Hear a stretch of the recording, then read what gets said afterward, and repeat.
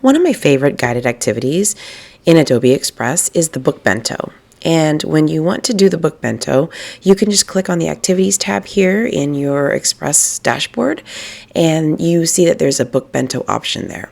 Just click on the Book Bento, and that will take you into the project itself.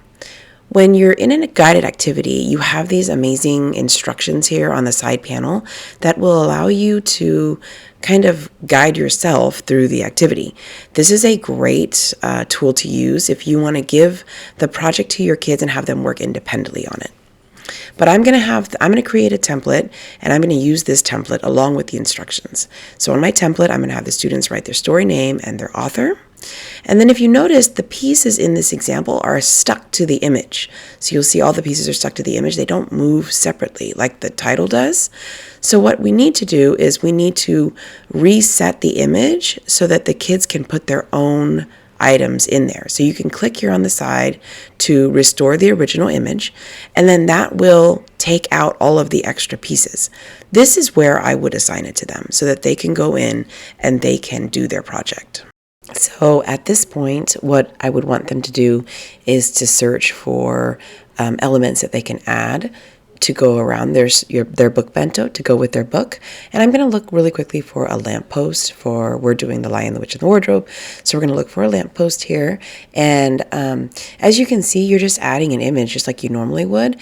You can take the background out of it, and then you can manipulate it and move it to wherever you need to move it.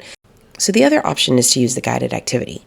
And with that, what you do is you click on the bento box, and you're going to click on Insert Object. Make sure you're in the editing mode for that box. And then you describe what you want to have, and you can just brush it onto the actual image of the box.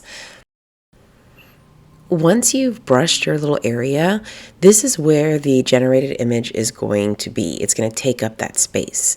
So once the images have been generated, you pick the one you want, just like you would normally do. And then you click on Keep, and that will keep that image attached to that box.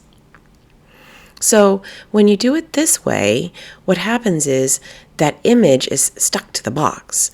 Rather than the other image where you've laid it on top, you can actually move it around and manipulate it to where you can kind of space it accordingly with the other objects. I personally like it better when I lay it on top because that allows my kids to kind of play with empty space and make sure that there isn't any empty space and make the box look like it's fuller if they need to size things or move things around. I hope that helps.